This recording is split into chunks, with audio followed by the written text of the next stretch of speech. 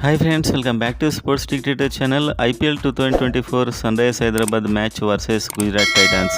So ఈ మ్యాచ్లో అయితే ఎంత ఎక్స్పెక్టేషన్తో బరిలో దిగారు. ఎస్ఆర్హెచ్ బ్యాట్స్మెన్ చాలా ఫామ్లో ఉన్నారు. వరల్డ్ రికార్డ్ స్కోర్ చేశారు, అంటే ఐపీఎల్లో రికార్డ్ స్కోర్. సో అదే మూమెంటంలో దిగారు, కానీ పిచ్ కాస్త తేడా ఉంది కాబట్టి. అండ్ హెడ్ అయితే స్టార్టింగ్లో టచ్లోనే ఉన్నాడు, కానీ మయాంక్ అగర్వాల్ మళ్ళీ తడబడుతూ ఆడాడు. 17 బాల్స్లో 16 కొట్టి అవుట్ అయిపోయాడు, 2 4.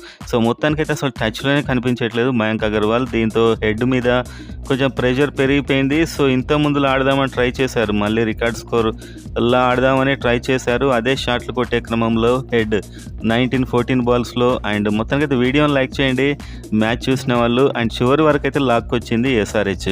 సో ఎస్ఆర్హెచ్ కంబ్యాక్ ఇస్తుంది అనుకునే వారంతా వీడియోని లైక్ చేయండి, సబ్స్క్రైబ్ చేసుకోండి ఎస్ఆర్హెచ్ లేటెస్ట్ అప్డేట్ కోసం.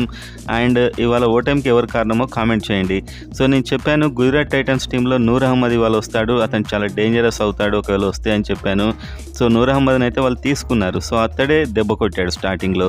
So Head Travis Head 19 and Abhishek Sharma చాలా బాగా కనిపించాడు 29 రన్స్తోని, 2 4లు 2 6లు. And Markram 17 runs 19 balls. కన్సాలిడేటెడ్గా ఒక నిలకడ స్టడీ ఇన్నింగ్స్ ఆడదాం అనుకున్నాడు. క్లాసన్ యథావిధిగా 24-13 బాల్స్. సో హిట్టింగ్ చేసే క్రమంలోనే వీళ్ళంతా అవుట్ కావడం జరిగింది. సో చాలా ఎక్కువ స్కోర్ కొడదామని ట్రై చేశారు. అవతల వైపు ఏమో Rashid Khan and Noor Ahmad and Mohit Sharma. So వీళ్ళు మనం ఏదైతే వీడియోలో చెప్పామో మార్నింగ్ అదే బౌలింగ్, ఈ ముగ్గురు మాత్రం తీవ్రంగా దెబ్బ కొట్టారు ఎస్ఆర్హెచ్ని. సో 163 కాకపోయినా ఒక 180-190 పిచ్ యాక్చువల్గా, కానీ వీళ్ళ బౌలింగ్లో వెనం ఉంది. సో అంటే వీళ్ళ బౌలింగ్ చాలా మిస్టీరియస్గా కనిపించింది, తడబడ్డారు అండ్ అర్థం కాలేదు మన బ్యాట్స్మెన్కి ముఖ్యంగా. అండ్ సమద్ పర్లే వాళ్ళ బాగా ఆడాడు 29 runs 14 balls, 3 4లు 1 6. And Washington Sundar ఒకటే బాల్ వచ్చి డక్అవుట్ అయిపోయాడు. And Pat Cummins 2 balls 2 runs. So మొత్తానికైతే సుందర్ మళ్ళీ ఎందుకు తీసుకున్నారో నాకైతే అర్థం కాలేదు. సుందర్ వస్తేనే ఓడిపోతారా అన్నట్టు అనిపిస్తుంటుంది నాకు మ్యాచ్లో. సో అదే విధంగా అయింది. మన బౌలింగ్ చూసినట్లయితే Bhuvneshwar Kumar 4 overs 27 runs. And ఎప్పుడు కూడా వికెట్ తీస్తాడని అనిపించలేదు, రన్స్ తక్కువ ఇచ్చాడు. అండ్ మీరు చూస్తే సో ఆట అంతా ఒకటే 16th ఓవర్ దగ్గర మయాంక్ మార్కండే 22-24 రన్స్ ఇవ్వడంతో మ్యాచ్ మొత్తం పోయిందని చెప్పొచ్చు. అప్పటి వరకు అయితే లాక్కొచ్చారు.